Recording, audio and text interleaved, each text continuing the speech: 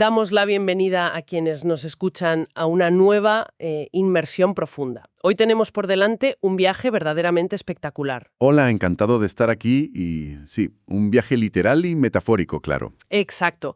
Una exploración a fondo donde vamos a transportarnos mentalmente a los cielos amplios, a las dehesas infinitas y a los pueblos llenos de historia de Extremadura. Que es una región maravillosa para el tema que nos ocupa hoy. Totalmente.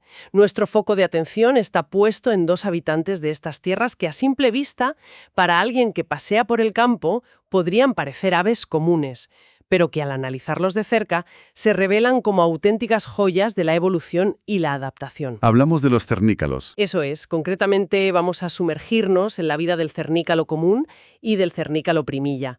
Bueno, la misión de este análisis de hoy es desvelar cómo estas dos especies de pequeños halcones son muchísimo más que simples pájaros que adornan un paisaje rural. Desde luego que sí.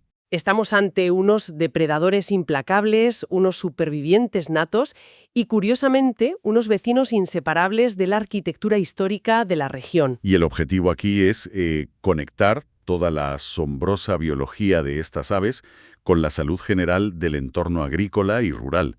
Vamos a evitar caer en una avalancha de jerga biológica indescifrable porque lo verdaderamente rico de este tema es comprender los mecanismos de adaptación. Claro, no hace falta abrumar con datos técnicos para ver lo fascinante que es esto. Exacto.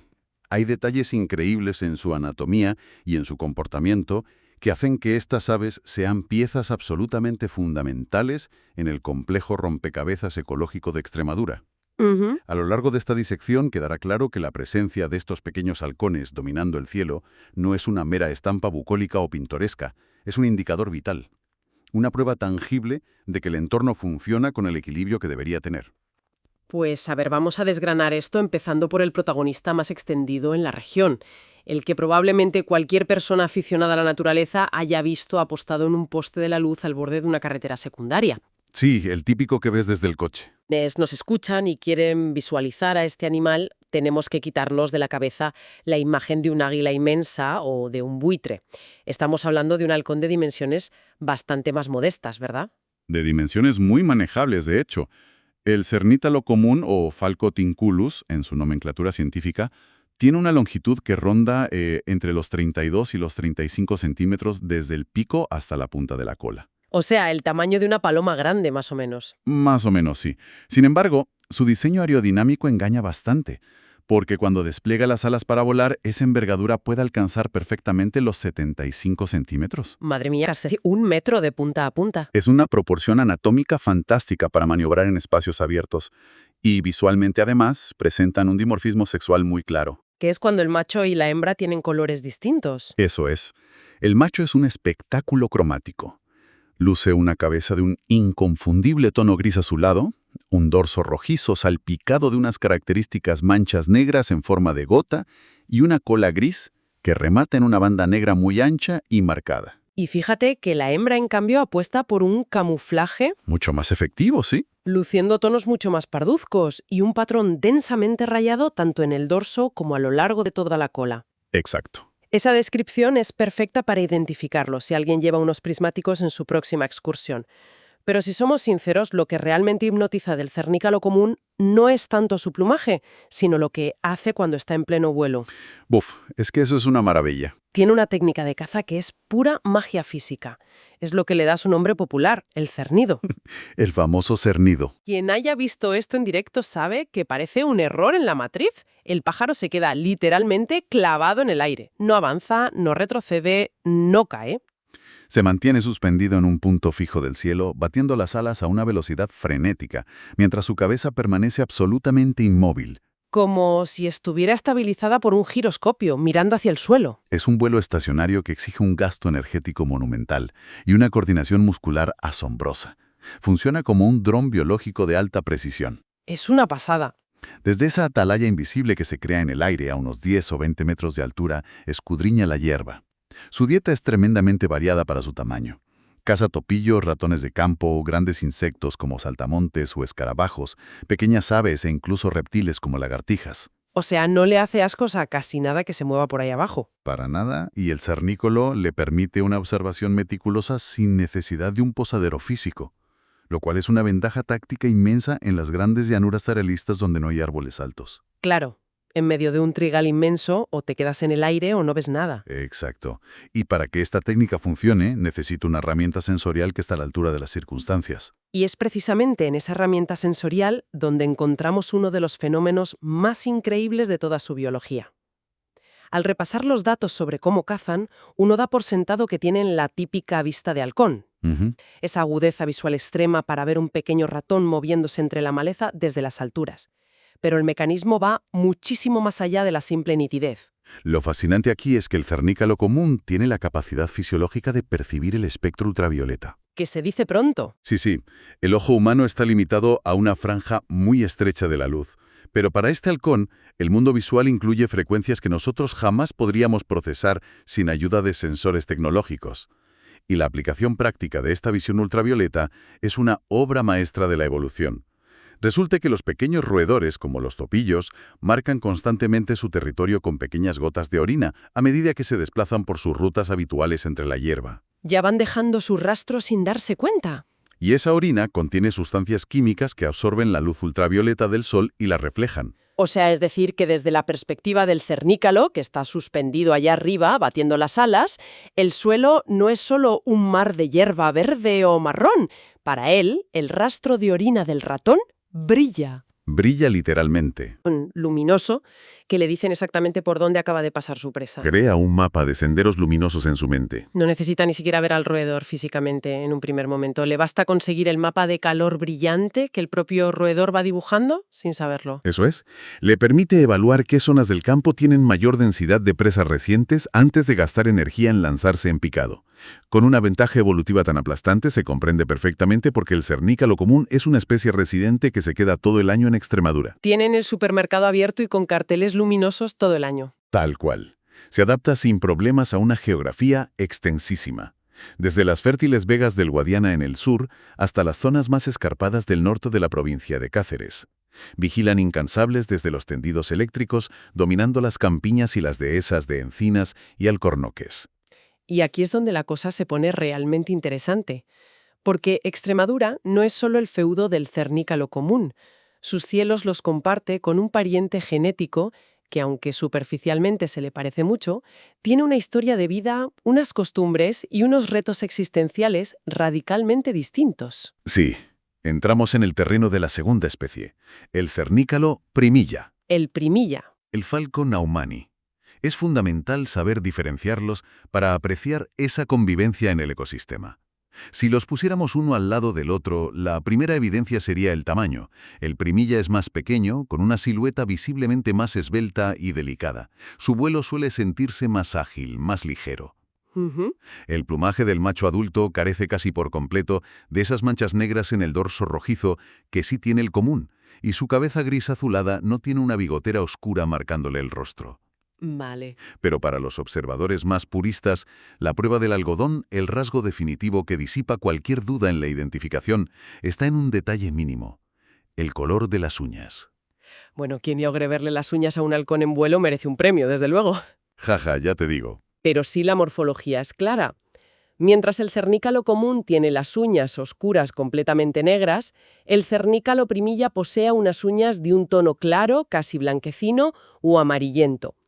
Sin embargo, asumiendo que es difícil acercarse tanto como para mirarle la pedicura a un ave rapaz, la diferencia más brutal e inmediata no está en la estética, sino en la sociología del animal. Totalmente. El cernícalo común del que veníamos hablando es un cazador solitario, muy suyo, muy territorial. Pero el cernícalo primilla prefiere la vida en el vecindario. Es una especie profundamente colonial. Esa decisión evolutiva de vivir en colonia altera por completo su interacción con el medio. A diferencia de otras rapaces que buscan el rincón más inaccesible de un acantilado o la copa del árbol más remoto para anidar en soledad, el primilla busca activamente la presencia de otros de su especie. Y más sorprendente aún, busca la presencia de construcciones humanas. Claro, no se van al monte, se van al pueblo. Nidifican en los huecos de la arquitectura tradicional y patrimonial. Iglesias de pueblo, tejados de monasterios, castillos medievales, ermitas o grandes cortijos agrícolas antiguos. Encuentran la seguridad para sus polladas justo en el corazón del urbanismo rural. Y hay otro factor biológico que los separa radicalmente del sedentarismo del cernícalo común: su instinto viajero. Ah, sí, la migración. Son unos trotamundos increíbles. Y esto es algo que a menudo se pasa por alto al ver a un ave tan pequeña. Son migradores transsaharianos. El contraste es abismal. Mientras un cernícalo común puede nacer y morir sin salir de la misma comarca extremeña, un primilla de apenas 150 gramos de peso emprende una odisea épica 2 veces al año. 150 gramos. Es que es nada, nada. Pasan la primavera y el verano en Extremadura, sincronizando su época de cría con la explosión de vida y la abundancia de insectos y roedores que hay en la península ibérica durante esos meses. Pero cuando llega el otoño y el alimento empieza a escasear, toda la colonia abandona los pueblos y cruzan no solo el estrecho de Gibraltar, sino la inmensidad del desierto del Sahara, Volando miles de kilómetros. enfrentándose a tormentas de arena y depredadores para pasar el invierno en las sabanas del África subsahariana. Es una gesta de resistencia física descomunal. Imaginar a un pájaro del tamaño de una paloma pequeña cruzando el mayor desierto cálido del mundo es sobrecogedor. Y luego, tras esa travesía extrema, en África regresan a la primavera siguiente exactamente al mismo tejado, a la misma iglesia del mismo pueblo extremeño. Es una fidelidad al territorio increíble. Y esto genera unas dinámicas sensoriales únicas.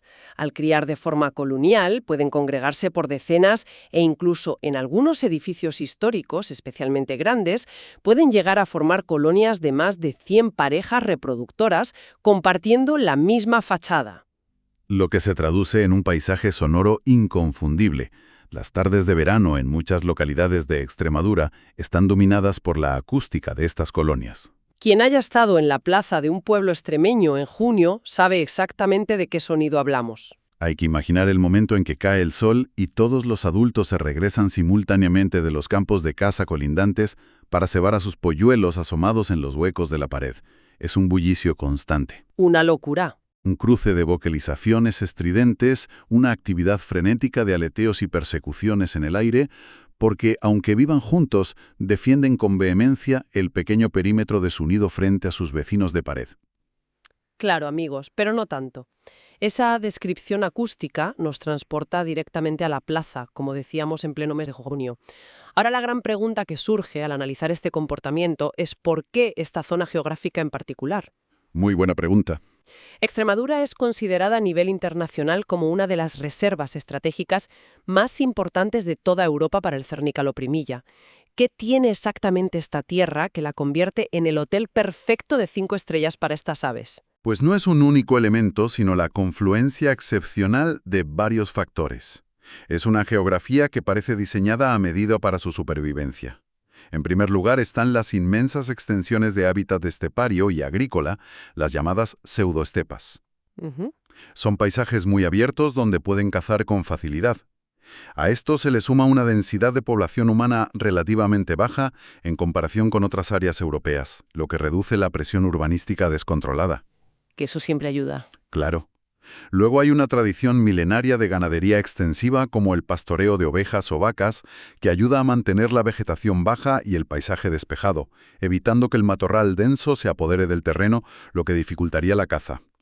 Y finalmente, el extenso y bien conservado patrimonio arquitectónico rural e histórico que plaga la región.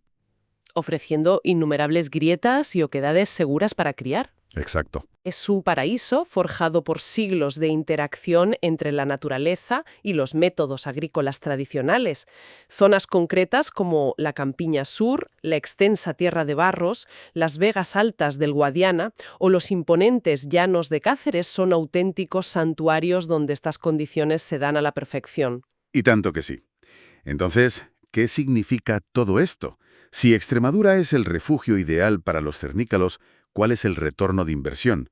Es decir, para el entorno y para la población humana local, ¿qué impacto real y tangible tiene contar con miles de estos halcones sobrevolando constantemente los campos agrarios?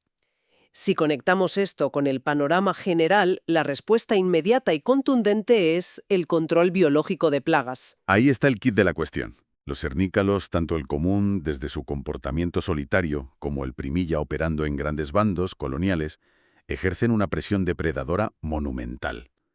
Las cifras son abrumadoras. Un solo cernícalo adulto puede llegar a consumir cientos de pequeños roedores, además de miles de langostas y grandes escarabajos a lo largo de un solo año. Y para no perder la perspectiva de lo que implica ese número, vamos a multiplicarlo.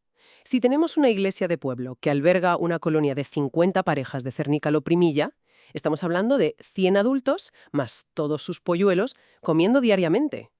Es una barbaridad de comida. Es literalmente un ejército especializado limpiando sistemáticamente los campos de cultivo de los alrededores desde el amanecer hasta el anochecer.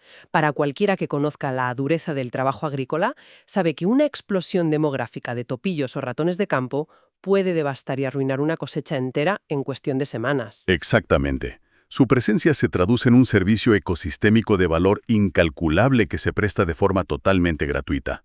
Y aquí entra en juego un concepto ecológico fundamental, la red trófica. Al eliminar de forma natural a semejante cantidad de roedores e insectos perjudiciales para los cultivos, los cernícalos reducen drásticamente la necesidad de que el agricultor recurra a soluciones químicas agresivas, como rodenticidas o pesticidas sintéticos. Para asegurarnos de que el concepto queda claro, cuando nos referimos a la red trófica, hablamos de esa cadena interconectada de quién se come a quién en la naturaleza, ¿verdad? Precisamente. Y el problema de los venenos agrícolas es que nunca se quedan solo en la plaga objetivo. Si un topillo ingiere un químico tóxico, no muere al instante. Se debilita. Se debilita, se vuelve torpe y se convierte en una presa extremadamente fácil para un depredador. Si un zorro, un búho o un propio cernícalo se come a ese roedor envenenado, sufre lo que se conoce como envenenamiento secundario. ¡Qué desastre! La toxina viaja y se acumula a través de esa red trófica, devastando toda la biodiversidad de la zona. Por consiguiente, al actuar como controladores naturales, los cernícalos frenan esa dependencia de los tóxicos, protegiendo indirectamente la calidad del suelo, la pureza de las aguas subterráneas y la vida de docenas de otras especies. ¿Todo está conectado? Todo. Por este motivo se les cataloga como bioindicadores. Allí donde el cielo está lleno de cernícalos y las colonias prosperan, podemos afirmar con bastante seguridad que ese ecosistema agrario mantiene un equilibrio trófico saludable y está libre de una carga contaminante crítica. Es decir, son como un sello de calidad ambiental con alas. Si hay cernícalos, la tierra respira bien. Es una manera fascinante de contemplarlos, unos aliados invisibles de la agricultura sostenible. Sin embargo, no todo es una historia de éxito garantizado. No. Al escarbar en el historial reciente de estas poblaciones, emerge una realidad mucho más oscura. Sí. Porque esta convivencia armoniosa y este equilibrio estuvieron a punto de colapsar no hace tanto tiempo. Hubo un punto de inflexión muy crítico. A lo largo del siglo XX, el cernícalo primilla sufrió un declive poblacional dramático en toda la península ibérica, llegando a cifras verdaderamente alarmantes. Casi desaparecen de algunas zonas. Las causas de este desplome fueron múltiples, pero todas tenían un denominador común: la transformación acelerada e industrializada del medio rural por parte del ser humano. Por un lado, la intensificación de la agricultura transformó mosaicos de cultivos diversos en enormes extensiones de monocultivos monótonos, destruyendo los márgenes de vegetación silvestre donde crían los insectos y roedores de los que se alimentan. Les quitamos el plato de la mesa, vaya. El abuso generalizado de los pesticidas de los que hablábamos antes diezmó directamente su base alimenticia y causó estragos en su salud reproductiva. Pero además de la falta de comida, se enfrentaron a una crisis de vivienda sin precedentes. Y ese es un aspecto interesantísimo de la historia arquitectónica española. Hubo una ola enorme de destrucción o alteración de su hábitat urbano. Al analizar cómo anidan, hay un elemento arquitectónico antiguo que resulta clave y que sufrió muchísimo durante las últimas décadas. Los mechinales. Los mechinales.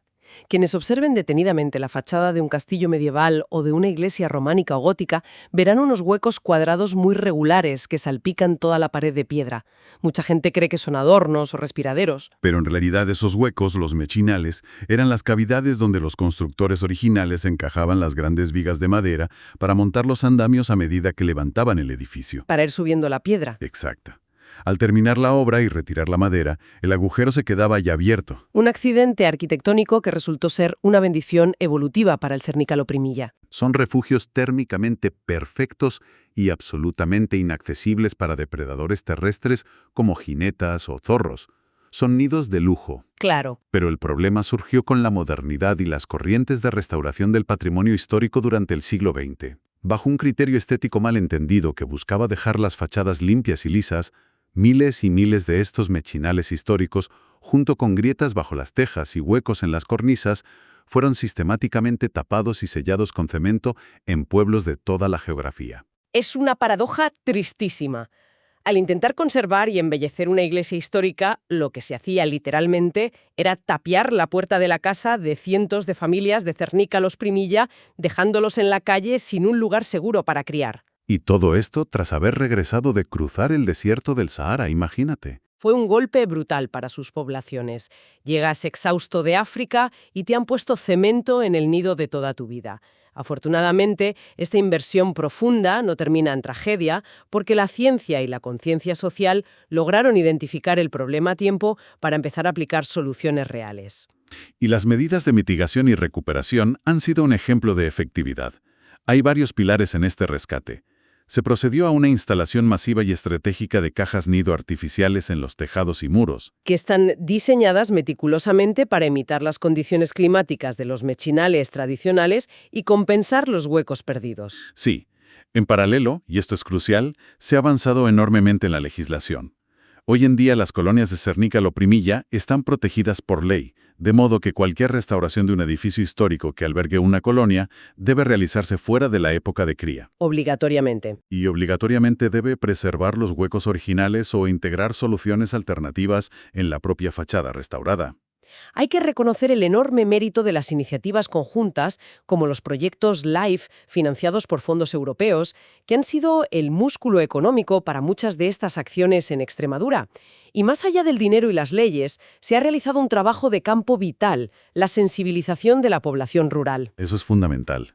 Se ha logrado que la gente comprenda que ese pajarillo escandaloso, que mancha un poco la cornisa de la iglesia, no es una molestia, sino un aliado agrícola inestimable. Los datos actuales respaldan ese esfuerzo conjunto. Aunque la especie sigue requiriendo una vigilancia constante y todavía se considera en estado vulnerable frente a cambios drásticos, las poblaciones de Cernícalo Primilla han logrado estabilizarse de manera significativa en las principales áreas clave de la geografía extremeña. Es un triunfo indiscutible de la biología de la conservación aplicada al entorno urbano. Y el mayor premio a ese esfuerzo de conservación es la increíble convivencia cultural que se ha forjado. Especialmente en las zonas del sur de Extremadura, la presencia colonial del Primilla se ha convertido en una parte indisoluble de la identidad del paisaje. Ya no son vistos como animales salvajes aislados, son parte de la vecindad. Para muchas personas en estos pueblos, escuchar ese alboroto estridente en la torre de la iglesia, mientras el cielo se tiñe de tonos dorados al atardecer, no es ruido.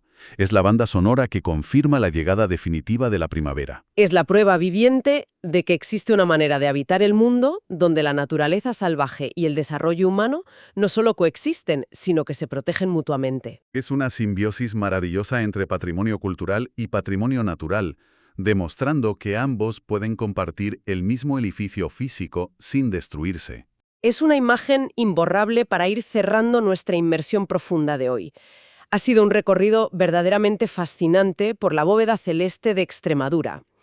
Hemos arrancado asombrándonos con la precisión milimétrica del vuelo estacionario del cernícalo común. Ese dron biológico. Ese halcón capaz de quedarse suspendido en el aire, descifrando mapas de luz ultravioleta que brillan en la maleza.